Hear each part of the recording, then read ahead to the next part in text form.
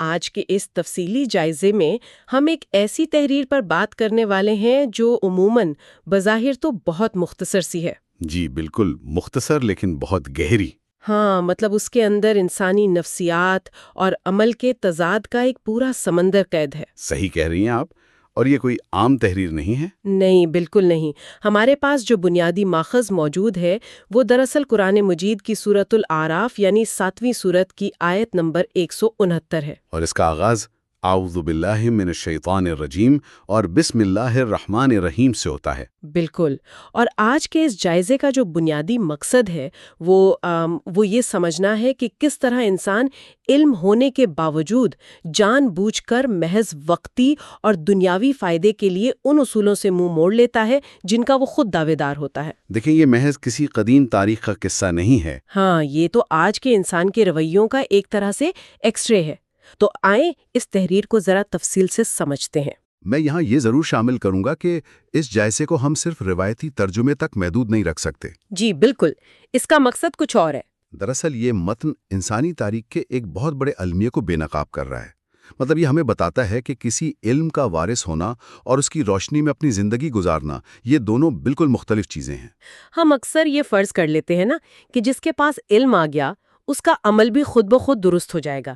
میں تو ہمیشہ یہی سوچتی تھی۔ اور یہی وہ مفروضہ ہے جسے یہ تحریر جڑ سے اکھاڑ دیتی ہے۔ یہ ہمیں مجبور کرتی ہے کہ ہم سوچیں کہ انسانی عقل کا اصل مصرف کیا ہے۔ یعنی کیا عقل صرف معلومات اکٹھی کرنے کا نام ہے؟ بالکل، یا پھر ان معلومات کی بنیاد پر صحیح اور غلط کے درمیان انتخاب کرنے کا؟ آج کی بحث میں ہم اسی فرق کو کھنگالیں گے۔ تو اس گفتگو کا آغاز آیت کے بالکل ابتدائی حصے سے کرتے ہیں۔ متن کچھ یوں ہے کہ فَخَلَفَ مِن بَعْدِهِمْ خَلْفٌ وَرِثُوا الْكِتَابَ، جس کا مفہوم ہے کہ پھر ان کے بعد ایسے ناخلف جانشین آئے جو اس کتاب کے وارث بنے۔ یہیں سے ایک عجیب سی کشمکش شروع ہو جاتی ہے۔ مطلب دنیا کے عام معاملات میں ہم دیکھتے ہیں کہ وراثت کا مطلب کیا ہوتا ہے؟ جائیداد، زمین یا سونا؟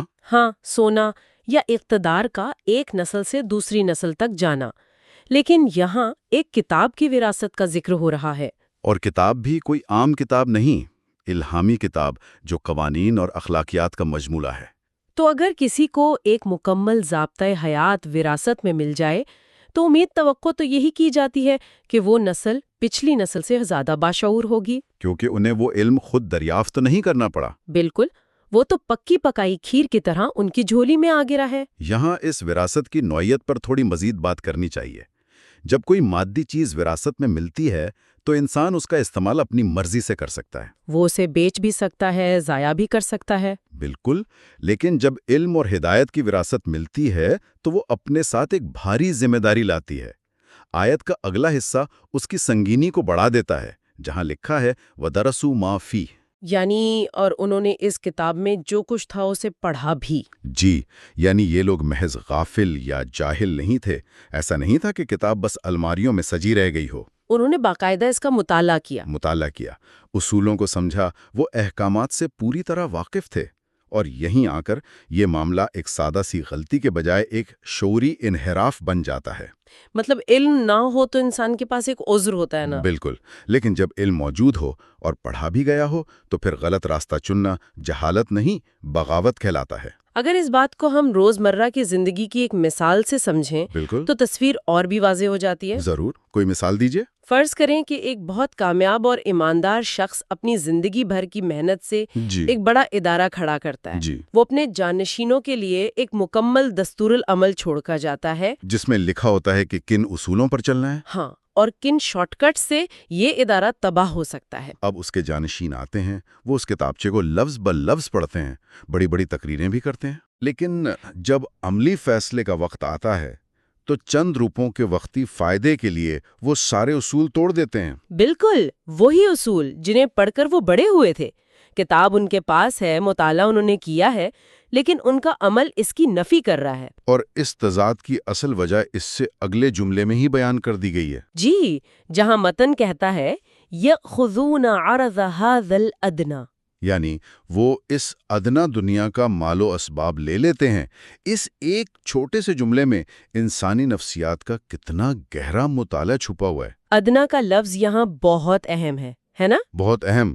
ادنا کا مطلب ہے حقیر، گھٹیا یا وہ چیز جو فوری طور پر مل جائے، یہ انسان کی ایک بنیادی کمزوری ہے، کہ وہ طویل المدتی فائدے کے بجائے فوری ملنے والے فائدے کو ترجیح دیتا ہے۔ چاہے وہ فوری فائدہ کتنا ہی حقیر کیوں نہ ہو۔ دیر پا کامیابی کے لیے صبر چاہیے ہوتا ہے، اصولوں پر کھڑا رہنا پڑتا ہے۔ جبکہ دنیاوی مفاد تو فوراً سامنے نظر آ رہا ہوتا ہے، یہی وقتی کشش آنکھوں پر پٹی باندھ دیتی ہے۔ یہاں ایک اور زاویہ بھی ہے، لفظ یا حضون کا استعمال۔ ہاں، عربی گرامر کے لحاظ سے یہ فعل حال اور مستقبل کے تسلسل کو ظاہر کرتا ہے، یعنی وہ لیتے ہیں۔ یہ کوئی ایک آدھ بار کا حادثہ نہیں ہے، یہ ایک طرز عمل بن چکا ہے، ایک مستقل عادت۔ مطلب انسان ایک بار پھسلے تو اسے غلطی کہہ سکتے ہیں، لیکن جب وہ باقاعدگی کے ساتھ اعلیٰ اصولوں کو بیچ کر حقیر مفادات سمیٹنے لگے تو یہ اس کی ترجیحات کا اعلان ہے۔ اس نے شعوری طور پر طے کر لیا ہے کہ اس کے لیے کتاب سے زیادہ وہ مادی فائدہ اہم ہے جو سامنے پڑا ہے۔ اور اس مستقل عادت کے پیچھے ایک اور نفسیاتی کھیل بھی چل رہا ہوتا ہے، جو میرے خیال میں اس تحریر کا سب سے چونکا دینے والا حصہ ہے۔ وہ کیا؟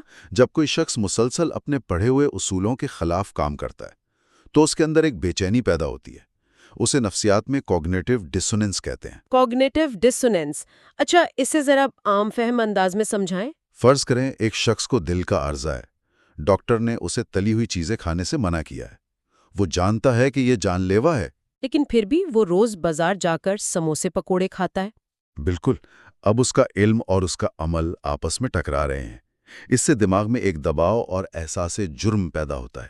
تو اس بے چینی کو ختم کرنے کے لیے وہ کیا کرتا ہے؟ اس کے پاس دو راستے ہیں، یا تو وہ تلی ہوئی چیزیں چھوڑ دے یا پھر اپنے دماغ کو پرسکون کرنے کے لیے کوئی جھوٹی کہانی گھڑ لے۔ اور عام طور پر انسان دوسرا راستہ چنتا ہے۔ ہاں، وہ خود سے کہتا ہے کہ ارے کچھ نہیں ہوتا، میں کل سے ڈائٹنگ شروع کر دوں گا۔ یہ اپنے ہی دماغ کو چکمہ دینے کا طریقہ ہے۔ یہ خود فریبی والی بات اس آیت کے اگلے حصے پر بالکل پوری اترتی ہے۔ آیت کہتی ہے وَيَقُولُونَ سَيُغْفَرُ لَنَا، یعنی وہ یہ غلط کام کرتے ہیں، مفادات اکٹھے کرتے ہیں اور پھر اطمینان سے کہتے ہیں کہ ہمیں بخش دیا جائے گا۔ یہ تو واقعی کوگنیٹو ڈیسوننس کی سب سے خطرناک شکل ہے۔ چونکہ انہوں نے کتاب پڑھی ہوئی ہے، انہیں پتا ہے کہ وہ غلط کر رہے ہیں۔ ان کا ضمیر انہیں کچھوکے لگاتا ہے، تو اس احساس جرم کو مارنے کے لیے وہ ایک سستا جواز ڈھونڈ لیتے ہیں۔ اپنے جرائم کا لائسنس بن گیا ہے۔ انہوں نے مذہب اور رحمت کے تصور کو ہی اپنے حقیر مقاصد کے لیے ہیک کر لیا ہے۔ بالکل ہیک کر لیا ہے۔ یہ امید اور خود فریبی کا فرق ہے۔ سچی امید میں تو ندامت ہوتی ہے، انسان غلطی نہ دہرانے کا عہد کرتا ہے۔ لیکن جب کوئی کام کرنے سے پہلے ہی سوچ لے کہ معافی مل جائے گی تو یہ امید نہیں، خدا کے قانون کے ساتھ مذاق ہے۔ جیسے کوئی جان بوجھ کر کسی کا نقصان کرے اور مسکرا کر کہے کہ قانون تو مجھے چھوڑ ہی دے گا۔ یہ رویہ بتاتا ہے کہ ان کے دلوں میں پڑے ہوئے اصولوں کی کوئی عزت نہیں ہے۔ ان کا علم رہنمائی کے بجائے غلط کاموں کا جواز بن چکا ہے۔ وہ اپنے علم کو سچائی تک پہنچنے کے لیے نہیں، اپنے جھوٹ کو چھپانے کے لیے استعمال کر رہے ہیں۔ اور ان کے اس دعوے کے کھوکھلے پن کو ثابت کرنے کے لیے متن میں ایک زبردست دلیل ہے۔ آگے لکھا ہے وَإِن يَأْتِهِمْ عَرَضٌ مِثْلُهُ يَأْخُذُوهُ، یعنی اگر ان کے پاس دوبارہ ویسا ہی کوئی وقتی فائدہ آ جائے تو وہ اسے پھر لپک کر لے لیں گے۔ یہ جملہ ان کی پوری کلئی کھول دیتا ہے۔ اگر ان کی بخشش والی بات میں سچائی ہوتی تو وہ دوبارہ اس دلدل میں نہ کودتے۔ لیکن حقیقت یہ ہے کہ ان کی توبہ صرف لفظوں کی حد تک ہے۔ نیا مفاد سامنے آتے ہی سارے دعوے دھرے رہ جاتے ہیں۔ وہ دوبارہ اسی حقیر فائدے کی طرف دوڑ پڑتے ہیں۔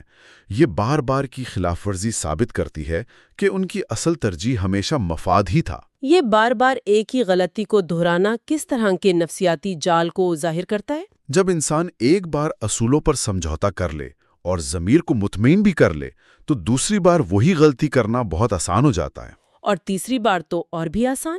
آہستہ آہستہ اس کا اخلاقی کتب نما مکمل طور پر کام کرنا چھوڑ دیتا ہے۔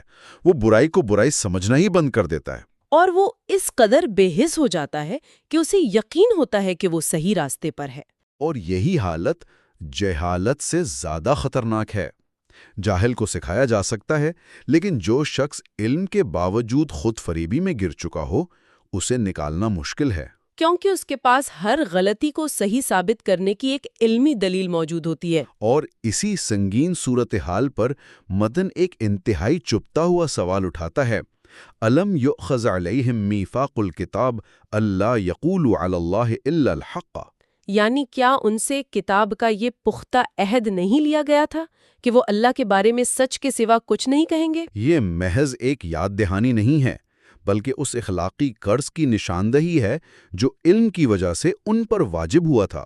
جب ہم علم حاصل کرتے ہیں تو ایک عہد کرتے ہیں کہ ہم اس علم سے خیانت نہیں کریں گے، خاص طور پر الہامی کتاب کے معاملے میں۔ یہ عہد ہوتا ہے کہ اپنے دنیاوی مفاد کے لیے حقائق کو توڑا مروڑا نہیں جائے گا۔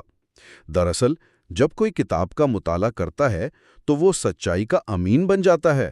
اس پر لازم ہو جاتا ہے کہ وہ حق بات کہے، چاہے اس میں اس کا اپنا نقصان ہی کیوں نہ ہو۔ لیکن جب یہ لوگ اپنے وقتی مفاد کی خاطر یہ جھوٹا دعویٰ کرتے ہیں کہ ہماری سب غلطیاں معاف ہو جائیں گی، تو وہ سچائی کو مسخ کر رہے ہوتے ہیں۔ وہ مذہب کو اپنے جرائم کی ڈھال بنا رہے ہوتے ہیں اور سچائی کا دوسرا رخ یعنی جواب دہی اور انصاف کو چھپا لیتے ہیں۔ اور یہ علم کی سب سے بڑی توہین ہے، کتاب کے عہد کی کھلی خلاف ورزی ہے۔ اور سب سے تکلیف دہ بات یہ ہے کہ وہ یہ سب کسی انجانے میں نہیں کر رہے، پوری منصوبہ بندی سے کر رہے ہیں۔ اس سب کے بعد آیت کا اختتامی حصہ ایک آخری اور سب سے طاقتور وار کرتا ہے، وَالدَّارُ الْآخِرَةُ خَيْرٌ لِّلَّذِينَ يَتَّقُونَ أَفَلَا تَعْقِلُونَ۔ تقوی اختیار کرنے والوں کے لیے آخرت کا گھر بہت بہتر ہے، کیا تم عقل سے کام نہیں لیتے؟ یہ پوری بحث کو سمیٹنے کا کمال کا انداز ہے۔ ایک طرف وہ عارضی اور حقیر مفاد ہے جس کے پیچھے سب دیوانے ہیں، اور دوسری طرف ابدی اور بہتر انجام ہے جو ان لوگوں کے لیے ہے جو تقوی اختیار کرتے ہیں،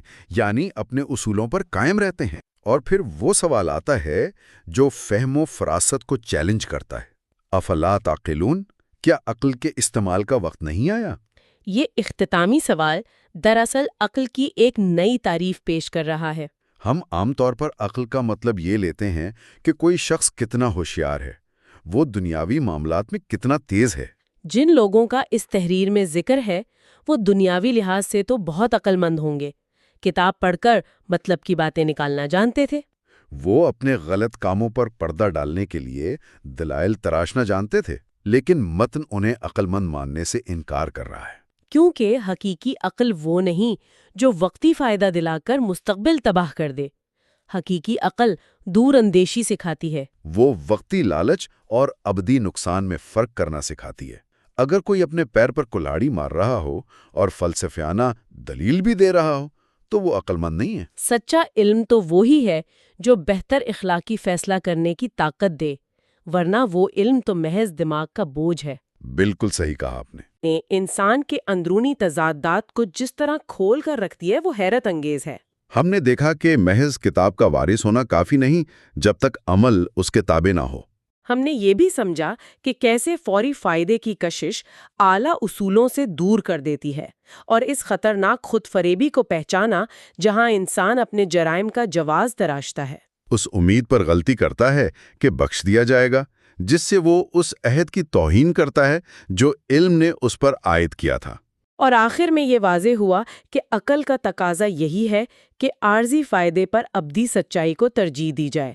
یہ تمام نکات انسانی کمزوریوں کا ایک واضح خاکہ پیش کرتے ہیں۔ اور دیکھیں، اس ساری بحث کا مقصد محض کسی پرانے واقعے پر تنقید کرنا نہیں ہے، بلکہ اسے آج کی جدید دنیا پر رکھ کر جانچنا ہے۔ آج کے دور میں جسے ہم انفارمیشن ایج یا معلومات کا دور کہتے ہیں، آج انسان کے پاس تاریخ کے کسی بھی دور سے زیادہ معلومات ہیں۔ ہم سب جانتے ہیں معاشرے کے لیے کیا درست ہے، انفرادی زندگی کے لیے کیا بہتر ہے۔ اصولوں کی اہمیت کیا ہے؟ ہمارے پاس رہنمائی کی کوئی کمی نہیں ہے۔ لیکن اگر ہم اپنے اندر جھانکیں تو کیا ہمیں وہی رویہ نظر نہیں آتا جس کا ذکر اس تحریر میں ہے؟ کیا ہم بھی اپنے علم کو بالائے طاق رکھ کر فوری فائدے کے پیچھے نہیں بھاگتے؟ کیا ہم غلطیوں کو جواز فراہم کرنے کے لیے دلائل نہیں تراشتے؟ یہ تحریر ہمارے آج کے دور پر ایک بہت گہرا تبصرہ ہے اور ہمیں سوچنے پر مجبور کرتی ہے کہ کیا ہم واقعی اپنے علم کے ساتھ انصاف کر رہے ہیں۔ اور اسی مقام سے ایک ایسا نیا اور چبھتا ہوا سوال جنم لیتا ہے جس پر ہم سب کو اکیلے میں بیٹھ کر غور کرنے کی ضرورت ہے۔ وہ سوال کیا ہے؟ سوال یہ ہے کہ جب ہمارے پاس ہر طرح کا علم موجود ہے، ہم اصولوں کی کتابیں پڑھ چکے ہیں، لیکن پھر بھی ہمارا ہر عمل عقل اور سچائی کے بجائے صرف ذاتی فائدے کے گرد گھوم رہا ہے۔ تو کیا محض معلومات تک رسائی انسان کو باشعور بنا سکتی ہے؟ آج کے دور میں جہاں ہر طرف معلومات کا ایک سیلاب ہے، کیا یہ ممکن ہے کہ اسی معلومات کی کثرت نے ہمیں یہ خام خیالی دے دی ہو کہ ہم باشعور ہو گئے ہیں؟ کیا ہم علم کو جمع کرنے اور اس پر عمل کرنے کے درمیان کے فرق کو بھولتے جا رہے ہیں اور اسی خود فریبی کی طرف بڑھ رہے ہیں جس نے پچھلی نسلوں کو تباہ کیا؟ یہ ایک ایسا سوال ہے جو یقیناً ہر باشعور ذہن کے لیے ایک لمحہ فکریہ ہے، اور اس انتہائی گہری اور غور طلب بات کے ساتھ آج کے اس تفصیلی جائزے کو ہم یہیں پر روکتے ہیں۔ مجھے بھی لگتا ہے کہ ہم نے بہت اہم پہلوؤں پر روشنی ڈالی ہے۔ امید ہے کہ اس گفتگو نے سوچ کے کئی نئے در واقع کیے ہوں گے اور اس مختصر مگر جامع تحریر کے حقیقی پیغام کو سمجھنے میں مدد دی ہوگی۔ آج کے اس جائزے میں شامل ہونے کا بے حد شکریہ۔ خدا حافظ۔ خدا حافظ۔